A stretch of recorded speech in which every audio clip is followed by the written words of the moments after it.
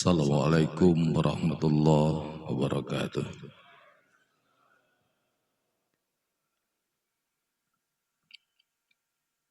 Alhamdulillah, alhamdulillahilladzi arsala rasulahu bil huda wa dinil haqq liyudhhirahu ala dini kulli wa kafa billahi syahida. Asyhadu an la ilaha illallah wahdahu la syarikalah wa asyhadu anna Muhammadan abduhu wa rasuluhu la nabiyya ba'dah. Allahumma shalli wa sallim wa barik Fatih lima ughliq wal khatimi lima sabaq nasil haq bil haq wal hadi ila siratikal mustaqim wa ala alihi wa sahbihi haqqa qadrihi wa miqdaril adim. Ayuhal hadirun ittaqullah haqqa tuqatih wa la tamutunna illa wa antum muslimun amma ba'd. Hadirin jamaah kuliah subuh Masjid Al-Ikhlas yang Allah muliakan. Alhamdulillah hari ini kita masih diberikan kesempatan dan kesehatan untuk sama-sama hadir dalam rangka thalabul ilmi. Setiap muslim wajib menuntut ilmu agar senantiasa ketika nanti kita kepulangan kepada Allah, kita tahu jalan. Oleh karena itu, semoga saja hadirnya kita hari ini melangkahkan kaki ke masjid yang kita cintai hari ini. Semoga yang pertama langkah kita diangkat derajat oleh Allah Subhanahu wa taala. Yang kedua, langkah kita berikutnya semoga diampuni dosa-dosa kita semuanya.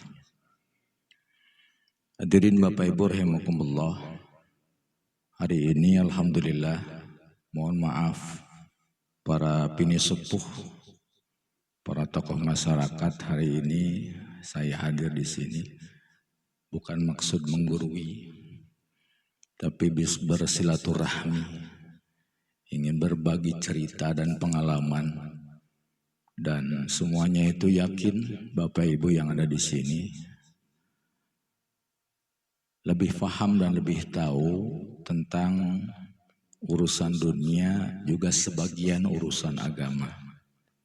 Oleh karena itu, semoga saja setiap aktivitas kita diniatkan ibadah karena Allah. Mudah-mudahan Allah memberikan ridho kepada kita semuanya. Amin. Baik, Bapak Ibu rahimakumullah.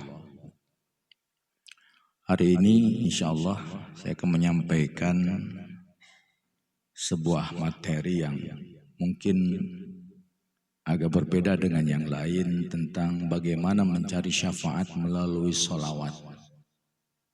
Sudah pernah dengar, Pak? Halo? Sudah pernah dengar mencari syafaat dengan sholawat? Oh belum, berarti kuper juga ya, tidak update juga. Baik,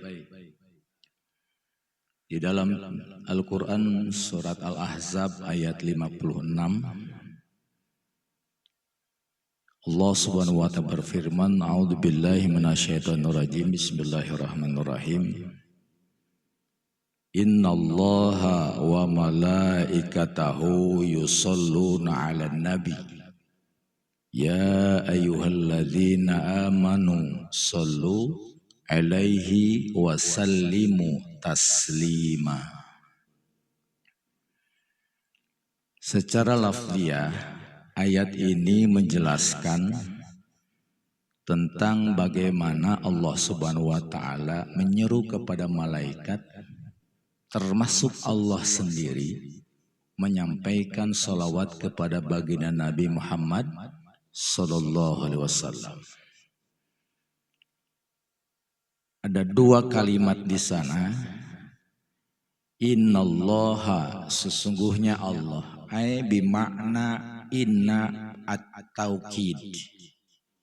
Taukid artinya apa, Pak? Halo?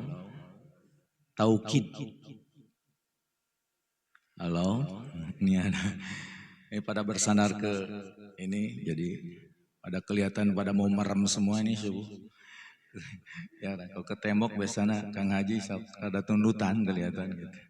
Kecuali yang di sini itu yang ke tengah, susah mau gelada ke belakang. In atau kid itu artinya menegaskan. Sungguh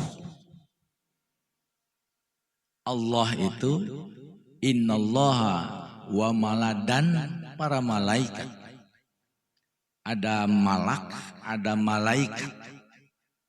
Ada yang jama' malaikah. Kalau mufradnya malak, malakun.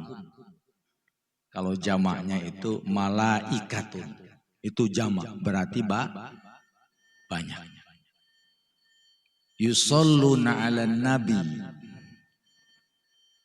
Ada alarm, Pak. Beres berarti ya? Kirain beres. Sana alarm biasanya itu tanda harus berhenti gitu, Pak. Biasanya kalau alarm itu cepat-cepat pulang gitu. Oh, biarin Pak, biarin. Udah jangan ribut Pak. Tuh. Sampai mana tadi Pak? Sampai mana tadi? Malak. Malaikat bersolawat. Sholuna 'alan nabi, kepada nabi. Dalam kaidah usul fikih, kalimat innallaha wa malaikatu yusholluna 'alan nabi itu disebut khobariyah. Kalau yang pernah mondok apal nih Pak, kalau pernah mondok nyantri lah. Apa khobariyah Pak? Itu mararono katingali juga namanya. Tenang Pak, ini santrinya di sini berarti, nyantrinya di sini di Masjid Al-Ikhlas. Itu kalimat khobariyah artinya berita. Berita. Yang kalimat kedua, ya ayyuhalladzina amanu, wahai orang-orang yang beriman. Ya dalam ilmu nahwu itu artinya harfun nida. Nida itu apa Pak Bu? Nida. Nggak pakai sian. Kalau sianida itu racun. Nida apa Pak Bu? Saya coba lagi nih. Nida itu artinya harfun, menyeru atau mengajak. Jadi ya ayyuhalladzina amanu, ay orang yang beriman. Orang yang beriman itu dia punya di dalam hatinya iman. Diajak oleh Allah, itu tidak semuanya level keimanan dimiliki oleh seseorang itu tinggi, menengah atau bawah. Maka level iman yang Allah panggil ini, siapapun orangnya punya iman 0, sekian persen itu diseru oleh Allah. Maka iman itu bersifat abstrak Pak. Salah di absolut iman. Absolut tenang Pak, udah mau disetrap, mau di sekolah disetrap pesantren Pak itu. Abstrak Karena abstrak, maka iman itu didefinisikan apa Pak? Al-iman siddiqun bil qalbi, ikraru bil lisan, af'alu wal arkan. Jadi 3 komponen iman ini harus kita punya. Apa yang pertama Pak? 1, diyakini oleh hati, diucapkan dengan lisan, diamalkan dengan perbuatan. Itulah iman. Makanya sebelum orang melakukan amal ibadah itu siddiqun bil qalbi, teguhkan bahwa kita semuanya beriman kepada Allah dan Rasulnya. Dengan cara apa? Meneguhkan dengan hati. Makanya orang-orang yang baru masuk Islam biasanya ikrar dulu, yakin dulu, isbat dulu, menetapkan bahwa mau masuk Islam, beriman pada Allah dan Rasulnya, maka diucapkan dengan lisan. Itulah yang disebut 2 kalimat syahadat. Itu syaratnya. Af'alu wal arkan artinya melakukan amal soleh yang didasari dengan iman. Amal soleh tanpa dilandasi dengan iman, maka tidak akan mendapatkan pahala. Silakan Pak. Walaupun di luar kita, saudara kita yang beragama non-muslim, bahkan mereka jutaan, miliaran, triliunan berbuat kebaikan, tapi tidak dirandasi dengan iman pada Allah dan Rasulnya, kata Allah, habitat a'maluhum, ditolak amalnya. Ditolak. Dulu siapa itu? Yang bunda siapa itu? Yang Katolik. Bunda Teresa ya dulu, sampai dulu lagi viral-viralnya dulu. Berbuat baik, kemanusiaan dan sebagainya. Quran menjelaskan habitat ditolak. Walaupun kita hari ini mungkin imannya 1,10-50%, kita sedikit beramal. Contoh kecil, cara ini aja memindahkan sendal Pak, itu persoalan sepele.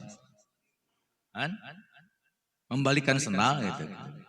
Dibereskan, asalnya menghadap ke masjid, dia hadapkan ke keluar. Itu amalan yang sepele. Tapi ketika dilakukan dengan ikhlas karena Allah, itu jadi pahala.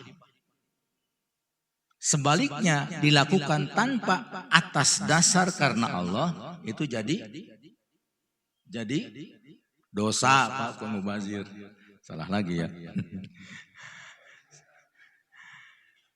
Contoh, sendal disimpan ya harusnya ke luar ya, tapi dia dengan serta merta sendal sah sih ya teh. Mani tendang gitu kan, tendang sendal ke mana gitu. Itu bukan pahala tapi dosa. Itu hal yang sepele. Itu banyak dilewatkan oleh kita. Pernah kalau ada sampah atau kotoran cicak, pernah menemukan ketika sholat dibuang tidak oleh kita? Benar. Meragukan, iya mah ketinggalina. Dibuang nggak? Colek. Terus diambuan gitu. Enggak Pak. Sikap yang sederhana itu kita ambil Pak, atau pakai kertas, jangan dicolek lagi di ambuan, jangan. Bau pasti tecaknya. Colek, bismillah. Buang. Kecil itu Pak. Tapi jarang diperhatikan oleh kita. Tapi kalau ada sampah nih, siapa sih ini tamir masjidnya? Siapa sih pengurus DKM-nya? Harusnya dengan inisiatif bawa buang ke tong sampah, beres. Nah, oleh karena itu kita kembali lagi. Kalimat yang kedua tadi, yang ya ayyuhalladzina amanu, wahai orang yang beriman, dikategorikan bahwa orang yang beriman tidak melihat berapa persen iman yang dimiliki, tapi Allah menyeru dengan kalimat sayang. Dia beriman orang yang maksiat, orang yang zolim. Dia punya iman, tetap dirangkul oleh Allah. Hai orang yang beriman. Itulah hebatnya Allah. Kan kadang kita nggak merasa. Ya ayyuhalladzina amanu sallu bersalawat alaihi kepada Rasul wasallimu dengan keselamatan wa taslima dan penghormatan. Kalimat yang kedua ini bermakna insya'iyah. Insya'iyah itu artinya kalimat perintah. Sallu fiilnya fiil amr, Pak. Bersalawat. Kita akan bertanya bagaimana Allah bersalawat kepada Nabi. Apakah Allahumma sholli ala Muhammad?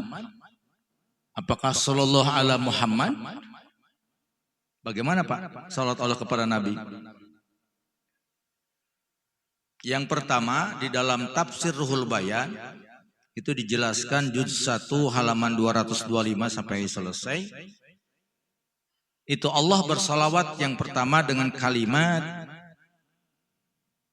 ar-rahmah wa ta'zim. Pertama dengan rahmat kasih sayang Allah kepada Rasulullah.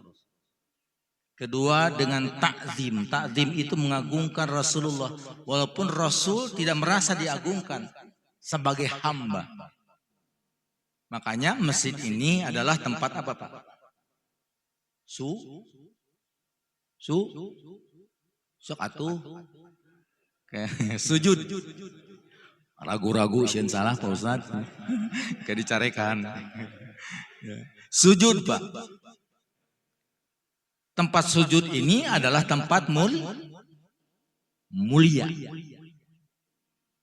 Kenapa tempat mulia? Disinilah tempat ketika kepala kita hari ini dihormati sebagai mahkota, maka ketika di tempat rumah Allah ini pakaian kebesaran kita dunia lepaskan semua. Bahkan kepala kita sejajar dengan kaki, semuanya sejajar untuk menghinakan kita di hadapan Allah. Maka orang yang menghinakan ketika ibadah kepada Allah, merendahkan dia serendah-rendahnya, maka Allah angkat kemuliaannya. Siapa itu? Dicontohkan oleh baginda Nabi Muhammad Sallallahu Alaihi Wasallam. Dan kita sebagai pengikutnya. Nah, oleh karena itu, Bapak Ibu sekalian, maka kalimat yang kedua ini adalah khobariyah. Satu khobariyah, yang kedua insya'iyah, yaitu kalimat perintah. Salawat Allah memberikan rahmat, kedua ta'zim mengagungkan Rasulullah. Kemudian bagaimana salawat para malaikat? Satu ad-du'a wal istighfar. Doa menyertakan baginda Nabi keselamatan setiap waktu sampai Rasulullah dipanggil oleh Allah. Yang kedua adalah mohon ampunan kepada Allah untuk melakukan ibadah apapun oleh Rasulullah tetap diberikan apresiasi oleh Allah dengan jaminan apa? Surga. Tapi jaminan itu tidak serta-merta diterima, tapi Rasulullah tetap optimal dan maksimal dalam ibadah. Konon Rasul itu kalau misalnya sholat itu mohon maaf, kalau sendiri itu seperti kita lah, itu sama. Kalau sendiri itu Rasul itu baca salat malam Al-Fatihah biasa. Pertama surat Al-Baqarah. Jadi tadi ya terakhir ya. Urusan kafirin beres, itu dengan Muaz pernah itu berjamaah. Tapi ketika itu sampai ayat terakhir Al-Baqarah ternyata nyambung Pak. Nyambung ke surat Al-Imran. Alif Lam Mim Allahu la ilaha wal hayyul qayyum dan seterusnya. Beres Al-Imran masuk ke Nisa. Kata Muaz kayaknya ruku nih Rasulullah. Ini enggak Pak. Itu 2,5 juz. Kebayang kalau di masjid ini dipraktekkan gitu ya, ada imam. Bubar Pak pasti ya, jemaah. Jangankan surat Al-Baqarah. Pernah imam membaca surat Bismillahirrahmanirrahim. Sabbihisma rabbikal a'la. Suratnya pendek panjang. Hah? Tuh anu panjang nu pendek itu nu mana nu bener itu?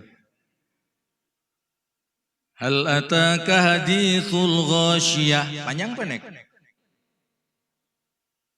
Ih, kayak nggak pernah ketemu surat ini mah. Panjang pendek, Pak? Pendek. Yang sering membaca. Tapi orang yang tidak sering membaca surat ini, dia trikul aja bacanya. Apa trikul, Bu? Trikul. Al-Ikhlas, Al-Falaq, An-Nas. Mending daripada nggak hafal. Ya, dia trikul. Oh, si Bapak, baru tahu apa itu trikul. Oh, loading berarti, Pak. Iya, 3 surat ini menjadi favorit bacaan. Kalau nggak hafal itu saja. Ada yang bertanya, Ustaz, kalau salat duha itu apa sih suratnya yang biasa dibaca? Surat apa? Wasyamsi wa duhaha wal qamari idza talaha. Keduanya surat. Ih, karena nggak pernah duha. Gimana ini? Wadduha wal laili idza saja ma wadda'aka rabbuka wa ma qala. Dan seterusnya. Nggak hafal Pak Ustaz, trikul pakai. Itu. Iya Pak. Ad-dinu yusron. Agama itu mudah. Cuman hanya kita aja yang mempersulit diri karena keterbatasan ilmu. Oleh karena itu, ketika pelaksanaan sholat sunnah ini, cari yang termudah oleh kita. Jangan mempersulit diri. Nah, Bapak sekalian, kita lanjutkan. Kemudian, apa sih keistimewaan baginda Nabi Muhammad SAW? Yang ketika itu ada sebuah riwayat, saya sampaikan 2 saja dalam Tafsirul Bayan ini. Nabi Adam alaihissalam. Siapa Pak Nabi Adam alaihissalam? Nabi pertama. Pinter ya namanya, soranya. Nabi yang pertama diberi gelar Abul Bashar. Siapa Abul Bashar? Abul Bashar. Abul Bashar. Bapaknya para nabi atau Pak, suara bantuan Pak, aduh. Apa teman Tuhan? Jadi bapaknya para nabi itu di surga ketika Allah tempatkan pernah melanggar apa yang telah Allah tetapkan. Hafal ya sejarahnya ya. Ketika Allah menciptakan Adam alaihissalam dengan siapa pasangannya? Hawa. Tuh Pak rada sedikit tambahan depannya. Sayyidatul Hawa. Pernah ibu-ibu yang menyampaikan Siti Hawa. Kayak orang Malaysia tuh Pak Siti mah. Sayyidatul Hawa. Ketika Allah tempatkan di surga, maka kata Allah, wala taqrabah syajarah. Engkau aku berikan fasilitas surga, tapi hati-hati jangan dekati pohon khuldi ini. Tapi kan iblis luar biasa, lihai Pak. Digoda dengan cara apa? Mengatakan bahwa pohon khuldi ini adalah pohon keabadian, kekal abadi. Makanya ketika peristiwa itu terjadi dalam surga Allah, itu Sayyidatul Hawa itu sedang ngidam. Siapa anaknya? Anak Nabi Adam. Kabil dan Labuda sedang ngidam. Ingin buah itu, ingin naik, ingin memetiknya. Kata Nabi Adam, jangan yang itu, cari yang lain. Kekeh Pak. Makanya banyak para lelaki sering tergoda oleh kaum Wanita. Bukan waria Pak, punten. Wanita. Kalau waria beda. Hati-hati. Sekarang sudah di kita itu LGBT sudah marak Pak. Ngeri itu. Nah, ketika itu jangan ambil buah ini. La taqrabah, itu kata Allah. Kekeh Pak. Apa kekeh Indonesianya? Mau kekeh semua ke. Kekeh apa Indonesianya? Bersikeras. Kekeh sureke mahnya apa bahasa kekeh sureke? Apa itu kekeh sureke? Bahasa ini tidak menempatkan bahasa nasional atau Pak. Ketika itulah Adam tergoda. Setelah diambil, ihbitu minha, kata Allah, keluar dari surga. Di sana maknanya jammasulasi, itu yang dikeluarkan berapa orang? Berapa Pak? Berapa?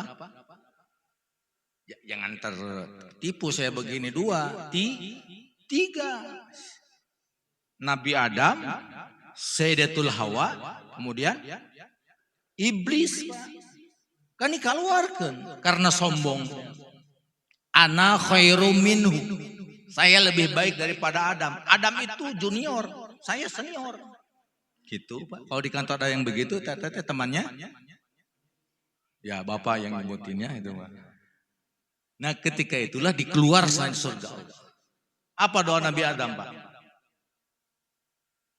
Rabbana dzalamna anfusana wa illam taghfir lana wa tarhamna lanakunanna minal khasirin. Diabadikan di Al-Quran bahwa Nabi Adam memohon ampunan kepada Allah. Ya Rabb, Tuhan kami.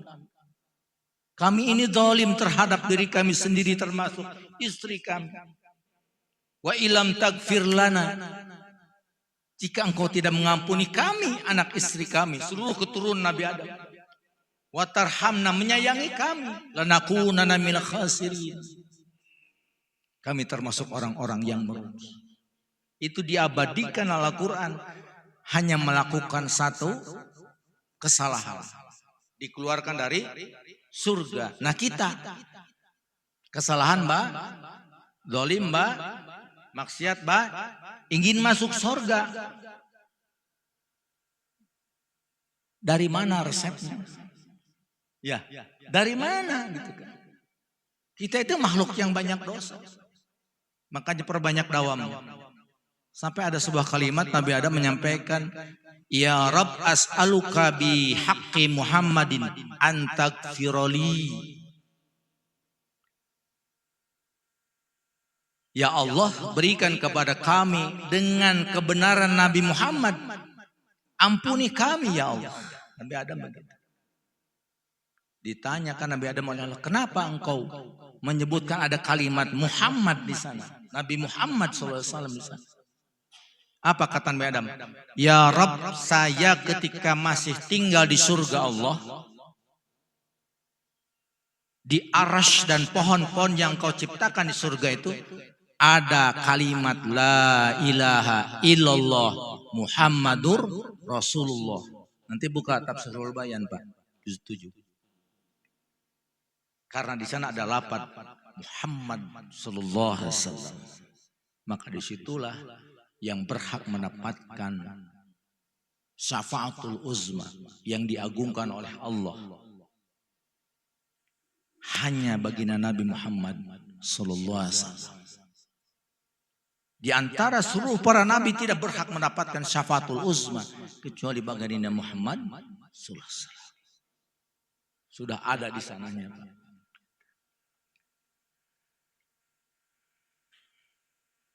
Itu Nabi Adam alaihissalam. Yang kedua, Nabi Ibrahim alaihissalam itu dalam sebuah riwayat dijelaskan pernah bermimpi masuk surga. Ketika di surga itu banyak pohon-pohon yang berjejer banyak sekali. Ketika itulah melihat kalimat di pohon pun itu juga La ilaha illallah Muhammadur Rasulullah. Ketika melihat itu terbangun Nabi Ibrahim. Dan diabadikan dalam Al-Quran, itu beliau pernah menyampaikan doa. Rabbana wab'as minhum rasula. Ya Rabb, jadikan utusan para nabi terakhir itu di kalangan para nabi, bukan nabi yang disebut nabi Bani Israel, tapi di kalanganku Nabi Ismail alaihi salam. Dan itu dikabulkan oleh Allah. Ketika itulah setelah bangun, Nabi Ibrahim memanggil malaikat Jibril. Jibril, ta'al.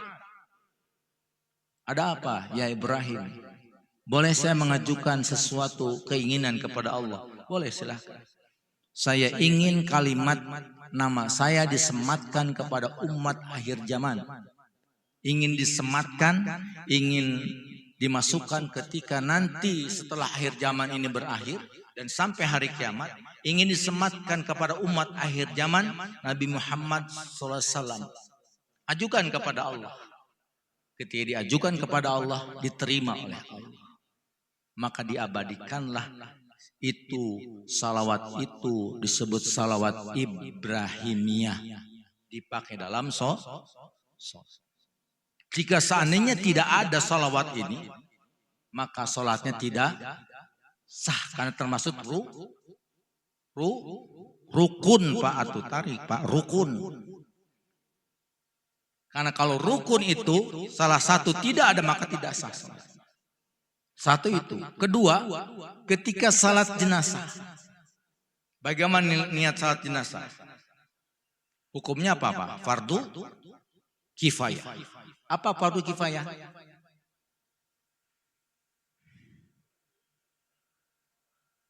Tidak wajib dilakukan asal ada yang mewakilinya. Contoh, jika seandainya jamaah ada di sini ada yang meninggal, salah seorang di antaranya atau semuanya tidak mengurus, maka terbawa dosanya semua. Diantep Pak. Apa diantep? Dibiarkan. Karena faktor ekonomi lah, atau misalnya terbelakang ada kasus lah. Sama jamaah yang nggak benar nggak usah diuruskan. Dosa. Nah, di dalam salat jenazah itu yang pertama niat. Berapa Pak? Berapa takbir? Halo, berapa takbir Pak? 4. Ada ruku, ada sujud? Tidak ada. Ada sebuah cerita itu pernah terjadi zaman Abu Nawas. Itu pakai ruku dan sujud Pak. Kenapa? Kata Abu Nawas, ini dosanya terlalu besar. Karena dia itu mah hanya akal-akalan saja, termasuk Sikabayan. Sikabayan itu pernah dengan apa ini tebesannya, ketika ada yang batal, imam ya, kan misalnya si imam itu kentut, yang makmum di belakang itu harus yang hafal, yang tahu mekanisme sholat. Batal imam pret, sini hitung misalnya apa? Bagaimana di belakang harus gimana? Hah? Nah, maju. Tapi si imam nggak mau mundur, kumaha? Takol cina. Atau jangan ditakol Pak, dibenyeng Pak. Tarik imam batal. Yang di pinggir untung aing teu ngomong cina gitu. Semuanya ngomong jadi batal semuanya. Kalau tidak tahu mekanisme sholat yang benar, semuanya akan seperti itu. Jadi harus hafal. Kalau ke dia gitu. Kalau misalnya ada imam yang lupa, kita harus diingatkan oleh makmum. Inna anzalnahu fi lailatul qadr. Harusnya apa? Til, kata makmum teh. Wa ma adraka ma lailatul qadr. Tul. Tuh kan, cek makmum til ya tul. Itu bahaya apa kalau misalnya tidak ada mekanisme sholat. Maka oleh karena itu kita kembali lagi, orang-orang yang melakukan ibadah tanpa didasari ilmu, maka kata Syekh Ibnu Ruslan mardud, akan ditolak. Sudah nama kumaramena, apa kumaramena? Yang penting rame, tapi tidak didasari ilmu, al mardudatun bakal ditolak. Nah, Nabi Ibrahim ternyata disematkan Pak dengan kalimat Allahumma sholli ala Muhammad wa ala ali Muhammad kama sholaita ala ali Ibrahim wa ala ali Ibrahim. Pakai Sayyidina silahkan, tidak juga tidak apa-apa. Perbedaan furu'iyah jangan jadi perselisihan. Di kita tidak nyadar para ulama itu sudah diadu domba. Dengan apa? Hanya berbeda sedikit. Furu'iyah, lagu lama itu. Jangan dipermasalahkan. Nah, oleh karena itu, ketika itulah disematkanlah kalimat Nabi Ibrahim alaihissalam ketika salat jenazah termasuk khutbah Jumat. Ketika tidak ada sholawat, batal. Makanya saya pernah kebetulan aktif di Masjid Asra Beach Center. Di sana ada saudara kita yang kita khutbah, tidak ada sholawat. Saya ngulang lagi sholat. Wasiat takwa tidak ada lagi. Oh, ngulang lagi, itu enggak asal. Bagi yang faham sebetulnya urgent, memang harus tahu mekanisme bagaimana sholat yang benar, juga khutbah yang benar seperti apa. Ada urutan-urutan, termasuk membaca hamdalah, membaca sholawat, wasiat takwa, kemudian membaca Al-Quran menyangkut masalah khutbah yang akan dikaji. Nah, oleh karena itu Allah Subhanahu wa taala memberikan karunia dan kelebihan kepada Muhammad SAW. Salawat itu menurut Syekh Ismail itu jumlahnya 4.000 dalam riwayat. Ada yang menyebutkan sampai 12.000. Tapi salawat yang baik dan yang terbaik adalah salawat yang kita baca ketika sholat. Apa salawatnya? Yang tadi Allahumma sholli ala Sayyidina Muhammad wa ala ali kama sholaita ala Ibrahim wa ala ali Sayyidina Ibrahim. Disebut salawat Ibrahimiyah. Daripada ngobrol kesana kemari Pak, mending kita baca salawat. Yang pendek Allahumma sholli ala Muhammad wa ali sallallahu alaihi wasallam. Gitu aja Pak, zikir. Maka orang-orang ini, kata Nabi, yang sering dawam salawat itu dia akan dituntun Pak. Dituntun dah. Digandeng menuju surga Allah. Walaupun orang itu ahli maksiat, orang itu zalim, tetap akan diberikan syafaatul uzma oleh baginda Nabi Muhammad SAW. Termasuk ada sebuah riwayat Sofyan As-Sauri, tak kenal tuh? Syekh Sofyan As-Sauri pernah kenal? Entenya di mana kenalan tuh? Sok aya wae cenah. Dia adalah tokoh syufi, tokoh ahli tasawuf. Ketika dia melakukan ibadah haji, ada seorang pemuda di sampingnya ketika tawaf, yang biasa Syekh Sofyan Ats-Tsauri membaca tahlil, tahmidnya, subhanallah, alhamdulillah, akbar dan seterusnya, tapi dia hanya membaca salawat. Sebelum dia ke sa'i ditanya, kenapa kau tidak sama denganku bacaannya? Kata beliau, saya punya ayah sedang melakukan ibadah haji tapi keburu wafat.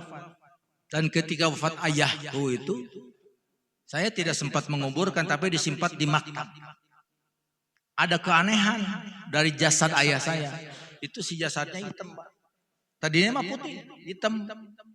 Kemudian si matanya yang merem, biasa merem itu melotot. Si perutnya yang biasa lurus begini itu buncit. Ketika itulah dia meminta apa? Keutamaan sholat. Dibaca terus. Ketika pulang si pemuda ini tidur Pak, di samping jenazah ayahnya. Bermimpi ada seseorang yang datang. Ketika datang, siapa kamu? Ternyata ketika tidak ditanya hanya dengan siapa kamu saja, dibuka jasad ayahnya. Itu si mukanya diusap, si matanya, si perutnya diusap, ternyata kembali ke semula. Yang tadinya hitam legam jadi biasa. Ini yang tadinya buncit biasa. Ketika dia mau berangkat, man anta? Siapa kamu? Ketika itulah hampir pergi, terbawa selendangnya, ditanyakan, siapa Anda? Orang itu menjawab, tapi wajahnya tidak terlihat. Ana Rasulullah Muhammad sallallahu alaihi wasallam. Ketika itulah, kenapa engkau sampai mau menziarahi ayahku yang sudah wafat? Ayahku bukan orang baik, sering zalim, berbuat maksiat. Apa gerangan kelebihan amalan yang pernah dilakukan ayahanda ini sampai engkau berziarah ingin melihat jenazah ayah? Ayahmu selama hidup banyak membaca sholawat. Kan tidak usah berguru Pak, sholawat mah ya. Harus berguru tidak? Nggak usah. Baca saja. Niatnya apa? Satu, takziman. Satu, karena Allah dulu. Kita niat karena Allah. Bukan ingin mengharapkan urusan dunia. Kan banyak orang yang ini kalau misalnya ini, kalau mau rumah yang mewah ini sholawatin aja kan gitu suka ada ya. Kalau sudah niat itu kecil. Jangan niat-niat urusan. Yang pertama adalah niat karena Allah. Yang kedua takziman, ingin mengagukan Rasulullah. Kita ingin mendapatkan syafaatnya nanti di kemudian hari. Yang kedua, yang ketiga takriman, ingin memuliakan Rasulullah. Yang keempat mahabbatan, ingin mencintai Rasulullah. Sampai kata Nabi, man ahabbani kana ma'i fil jannah. Barang siapa yang cinta kepadaku, maka kelak akan bersamaku di surga.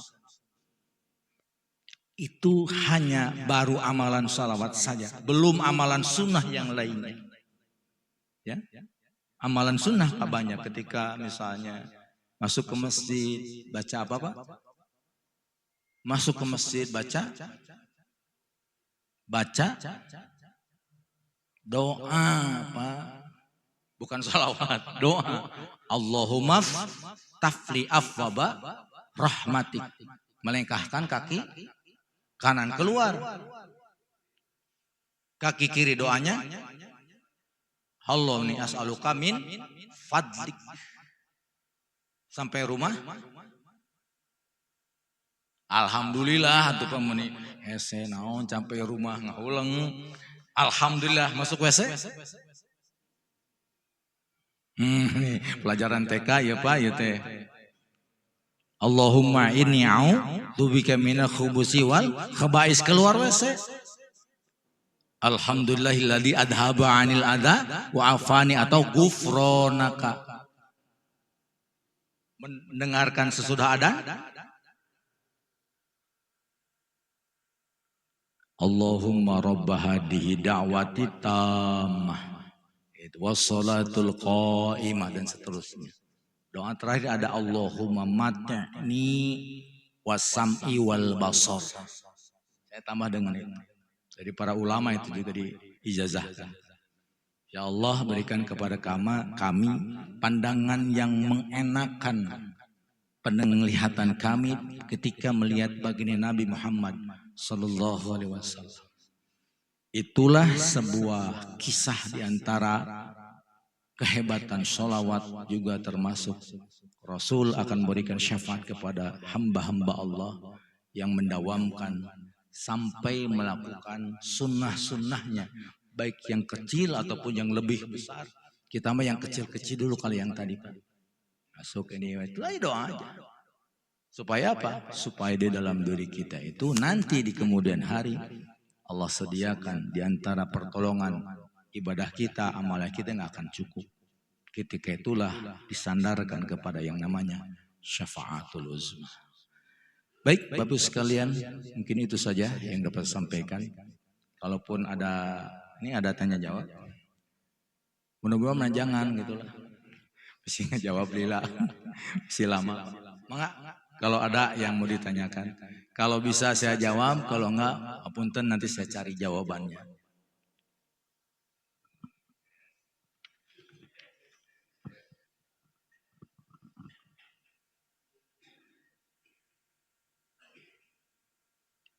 Kelihatannya sudah pada ngerti ya, sudah paham. Insya Allah, alhamdulillah. Bapak Ibu rahimakumullah, itu saja.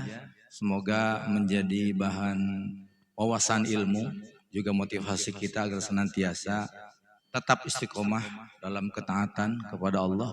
Juga kita mengharap kepada Allah. Ketika amaliyah nanti kurang, ada hal yang mungkin ya tidak cukup untuk dipersembahkan ke hadirat Allah nanti. Kita mendapatkan syafaatul uzma dari bagian Nabi Muhammad SAW. Itu saja kita tutup dengan doa kifatul majelis. Subhanakallahumma wa bihamdika asyhadu an la ilaha illa anta astaghfiruka wa atubu ilaik. Wal afu minkum. Assalamualaikum warahmatullahi wabarakatuh.